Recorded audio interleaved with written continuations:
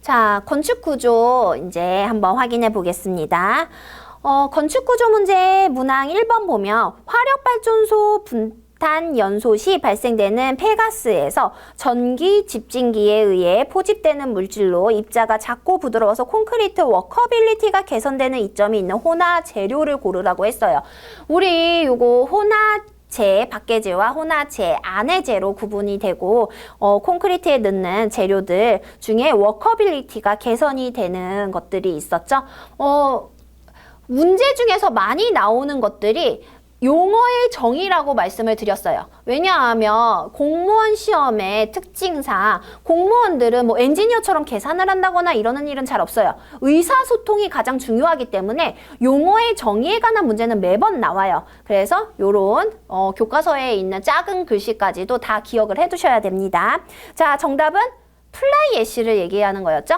자, 실리카띨과 고로슬래그랑 플라이 애쉬는 혼화재. 아이로 되는 혼화재죠. 그리고 밑에 유동화재는 혼화재에 속하죠. 자, 우리 실리카띨은 뭐에 어떤지 한번 보면 용어가 고성능 감수제의 감수 효과와 함께 시멘트 입자 사이로 1마이크로미터 이하의 아주 미세한 분말이 침투해서 아주 단단한 고성능 고강도 콘크리트를 제조할 수 있는 혼화재를 실리카띨이라고 하고, 고로슬래그는 교과서 쬐끄만 글씨로 나와 있었죠?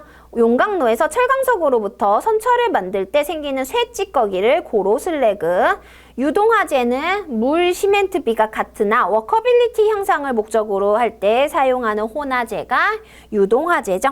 자, 2번 문항 보면 거푸집 공사의 주의사항으로 옳지 않은 걸 고르라고 했어요. 자, 요거 1번에 한 번 사용한 거푸집은 재사용하지 않는다. 이게 틀리죠. 왜냐하면 거푸집이라는 것 자체가 틀을 만들어 놓고 거기에 시멘트를 부어서 굳히고 뗀 다음에 다른 거를 또 만들잖아요. 그렇기 때문에 거푸집은 재사용을 하죠. 그래서 정답 1번. 널은 시멘트 페이스트가 새지 않는 구조로 당연히 해야 되고, 거푸집은 콘크리트의 측압, 부어 넣을 때의 진동 및 충격 등에 견딜 수 있어야 되고, 조립 및 해체가 용이해야 되죠. 3번 문항 보면 다음과 같은 특징을 모두 갖는 포틀랜드 시멘트를 고르라고 했어요. 수축이 크고 수하열이 높고 조기 강도가 크다. 자, 조기 강도가 크다 나왔으면 조강 포틀랜드 시멘트 쉽게 맞출 수 있었죠? 정답 3번. 4번 문항 보겠습니다. 구조 재료에 따른 건축물의 특성으로 옳지 않은 걸 고르라고 했어요. 벽돌 구조는 지진이나 바람과 같은 수평화 중에 약하고 균열이 발생되기 쉬우니까 고층 건물에는 부적합하다. 우리가 지진화 중에 강한 거는 가벼운 건축물이라 그랬죠. 그래서 목 구조와 철골 구조는 지진에 강하고 콘크리트라든지 벽돌 같은 거는 지진에 약하다 그랬어요. 자, 철골 구조는 공사 기간이 짧고 주로 스팬이 큰 대형 건물이나 고층 건물에 이용된다. 맞죠? 철근 콘크리트 구조는 내구성과 내화성이 우수해서 대규모 건물에 적합하다. 규모 큰 건물에 적합한 철근 콘크리트 구조 맞죠? 철골 구조의 장점과 콘크리트 구조의 장점을 섞어놓은 거나 마찬가지죠. 목 구조는 내구성과 내화성이 좋다. 아니죠. 목 구조는 불에 굉장히 잘 타죠. 불에 약한 거가 목 구조와 철골이 불에 약하죠. 내화성이 좋지 않다. 자, 내구성도 그렇게 좋지 않죠. 왜냐하면 뭐 습기라든지 이런 거에 약하기 때문에. 그래서 내화성, 내구성에 그렇게 좋지 않다고 봐야 되죠. 5번 문항 봅니다. 그림과 같은 사변이 지지된 철근 콘크리트 슬래브에서 주근의 배근 방향 바르게 표현된 거. 우리가 이거는 말로써 맨날 문제가 나왔었는데 지금 그림으로 나왔다고 해서 헷갈릴 필요가 없죠. 왜요? 자, 우리 슬래브는 어디에 주근이 들어간다고 했죠? 슬래브는 단변 방향으로 주근이 배치가 되고 장변 방향으로는 수축 온도 철근, 배력근이 들어간다 그랬어요. 그렇기 때문에 지금 단변 방향으로 들어간 게 2번이죠. 정답 2번. 자, 6번 문제 굉장히 많이 얘기를 했던 문제 중에 하나죠. 요거 기억하고 있으라고. 철근의 최소 정착 길이는 인장 이형 철근을 인장은 300mm, 압축은 200mm, 표준 갈고리는 150mm. 이렇게 매번 요거 외우라고 단답으로 외울 수 있으니까 외우라고 했던 문제죠. 그래서 정답 4번 300, 200, 150 인장 300, 압축 200, 표준갈고리 150이라고 생각하시면 됩니다. 이 정착 길이기 때문에 생각을 해보시면 표준갈고리는 왜 정착 길이가 짧겠어요? 갈고리는 이렇게 한번 갈고리가 됐기 때문에 이게 우리가 정착 길이를 생각할 때 일자로 돼 있으면 정착 길이가 더 길게 올라가야겠죠. 근데 이렇게 갈고리로 돼 있으면 더 정착이 잘 잡아줄 테니까 좀 더 짧아도 되겠죠. 그렇게 생각하시면 돼요. 그래서 인장 300, 압축 200, 갈고리 150. 자, 7번 문항 보면 건축구조에 적합하도록 내진성이 개선된 건축구조용 아변강제 고르라고 했어요. 우리 요거 굉장히 자주 나오던 문제죠? 자, 그래서 SN, 건축구조용 아변강제, SN. 자, SM은 뭐였죠? SM은 용접구조용 아변강제, SMA는 용접구조용 내후성 열간 아변강제, SS는 일반 구조용 강제, 아변강제. 자, 8번 보면 강제의 허니콤보에 대한 설명으로 옳지 않은 거 고르라고 했죠?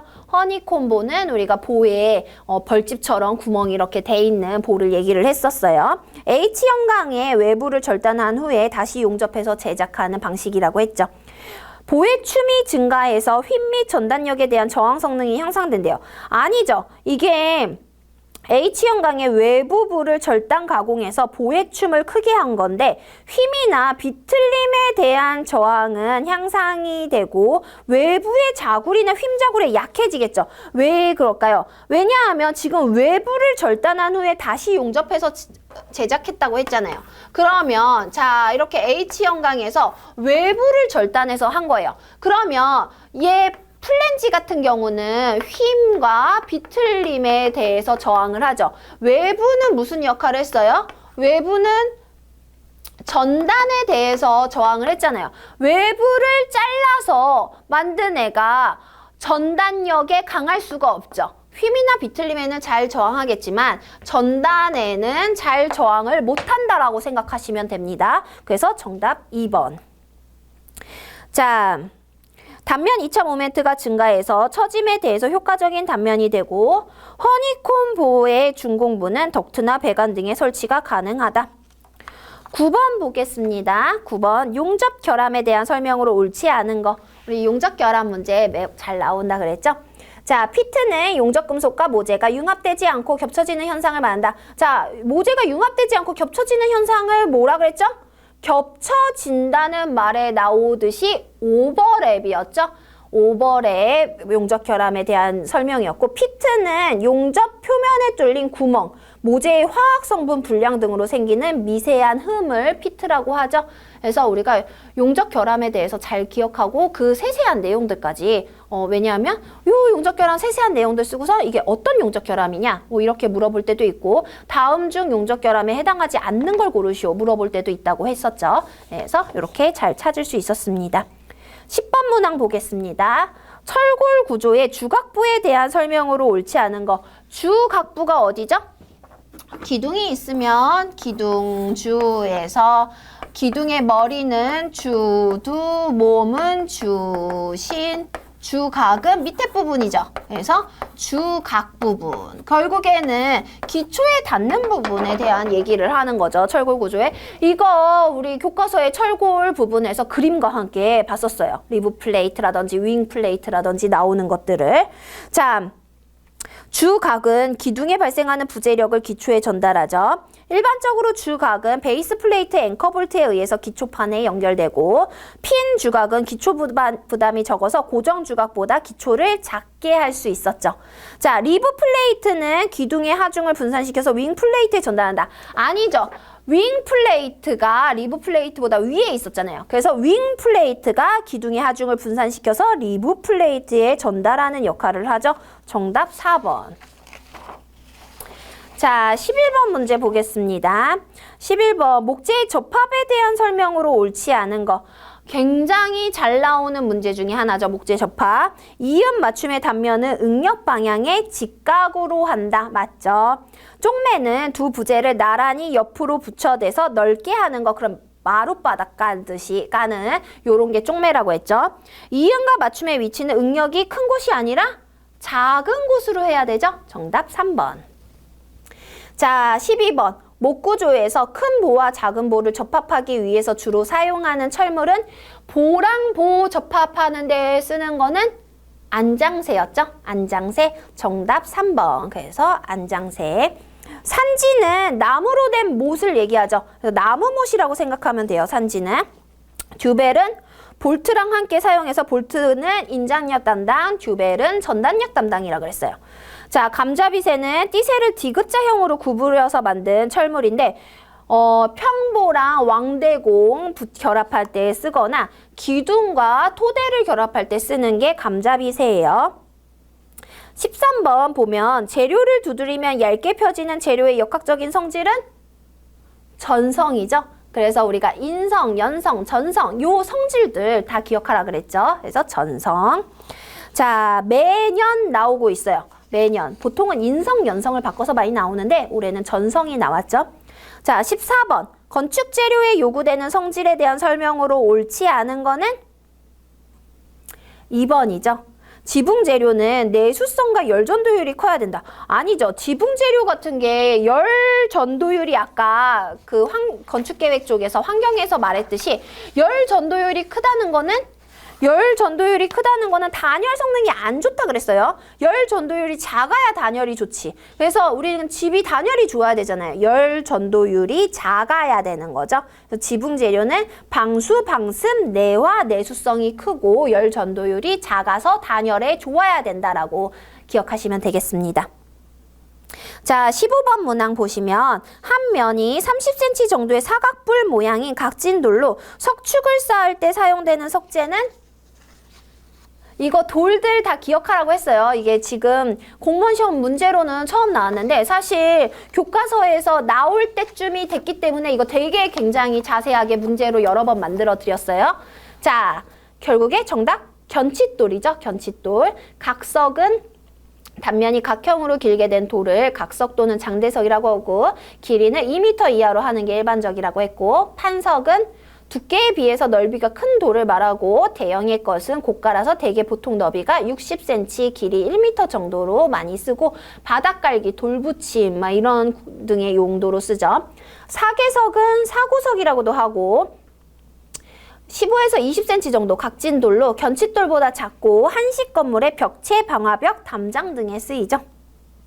자, 우리 문제 16번이랑 20번은 역학 문제라서 역학 특강으로 역학 교수님이 따로 설명을 해주실 거예요. 조금 우리가 역학은 기본적인 것서부터 자세하게 몇 번 들어서 가야 되기 때문에 이렇게 특강 때 나갈 거예요. 문제 17번 봅시다. 문제 17번 보면 커튼홀 공법의 특성에 대한 설명으로 옳지 않은 거 고르라고 했어요. 우리 문제에선 처음 나지만 커튼홀 문제가 워낙 이제 자격증 시험이라든지 건축기사 시험이라든지 이런 데서 많이 나왔기 때문에 여러분들한테 몇 번 제공을 해드린 문제예요. 그리고 꼭 이런 부분 기억하라고 몇 번 강조를 했고 커튼홀은 비내력 외벽이라고 기억하셔야 된다 그랬죠. 외벽이 내력벽에 하중을 받지 않는 거예요. 기둥이 안쪽에서 받아주고 외벽이 자유롭기 때문에 대부분 이제 빌딩들을 보시면 외벽이 유리로 돼 있거나 이런 것들 커튼홀 공법인 게 많죠. 그래서 내력벽으로 분류할 수가 없죠. 내력벽이 아니니까 비내력벽이니까 정답 2번. 가설공사비를 절감할 수 있어요. 왜냐하면 외벽이 내력벽이 아니기 때문에 뭐 비계 설치 같은 걸 하지 않아요. 비계비, 가설공사비에 속하는 비계 설치를 하지 않아서 가설공사비 절감, 외벽을 경량화할 수 있고 공기를 단축할 수 있죠. 자, 18번. 기둥은 압축에 강한 콘크리트를 사용하고 보는 휭과 전단에 강한 철골 부재를 사용하는 구조는 무슨 구조일까? 교과서에 나와 있죠. 이거 복합구조죠. 복합구조가 그래서 기둥은 압축력을 받는 부재니까 기둥은 압축에 강한 콘크리트, 그리고 보는 휭 부재니까 휭과 전단에 강한 철골을 사용한 복합구조, 이렇게 볼 수가 있죠. 19번 문항 봅시다. 용접부의 품질을 검사하기 위한 용접 후 검사에 표면 검사에 사용되는 방법이 아닌 거. 자, 당연히 우리가 풀었던 문제고 교과서 교재 보면서 기억했던 문제예요. 자, 헷갈리지 않았어야 돼요, 요거. 자, 요거 초음파 탐상 시험이죠. 왜냐하면 표면 검사에 사용되는 방법이 아닌 걸 고르라 그랬어요. 초음파 탐상 시험은 표면이 아니라 내부 검사 시험이잖아요. 초음파로 우리가 어디를 봐요? 속 안을 보죠. 그러니까 표면이 아니라 내부를 보는 시험이에요. 그래서 정답 2번. 유관 검사, 침투 탐상 시험, 자분 탐상 시험은 표면 결함을 검출할 수 있는 거고, 내부 검사에는 방사선 투과 시험, 초음파 탐상 시험, 초음파 탐상법이 있죠. 그래서 이렇게 나눠서 확인해 주시면 됩니다. 자, 우리 그래서 20번은 역학 시간에 다시 또 특강으로 들으시겠습니다. 구조 문제, 구조도 그렇고 계획도 그렇고 요번 2022년도 시험도 그다지 어렵지 않게 나왔어요. 우리가 안 푼 문제가 하나도 없이 나왔기 때문에 여러분들 시험장 가가지고 뭐 문제 쉽다라고 충분히 느낄 만하게 나왔습니다. 이게 사실 뭐 공부를 안 하고 갔으면 어려웠을 텐데 우리는 워낙 꼼꼼하게 지금 여러 가지 교재, 처음 디테일하게 나가는 교재, 그리고 여러분들 교과서에서 나올 수 있는 부분을 핵심적으로 찝어주고, 그러고 그 교과서에서 나올 수 있는 부분들을 여태까지 안 나왔더라도 뭐 자격증 시험이라든지 이런 부분에서 나올 법한 문제들 다 만들어서 드리고 실전 문제 풀이를 풀고 갔기 때문에 문제 형식으로 다 보고 갔던 문제들이에요. 그래서 진짜 뭐 많은 분들이 100점 맞고 오시죠. 그렇기 때문에 여러분들한테 중요한 거는 거의 100점 맞아 오시는 학생들이 많아요. 그렇기 때문에 실수를 하지 않도록 꼼꼼하게 준비하셔야 돼요. 그래서 꼼꼼하게 따라오면서 그 제공하는 문제들이라든지 뭐 이제 수업에서 핵심적으로 이렇게 문제를 바꿔낼 수 있다라고 말해드리는 부분들 꼭 꼼꼼하게 외우셔서 내년도 2023년도도 좋은 결과 있으시길 바라겠습니다. 감사합니다.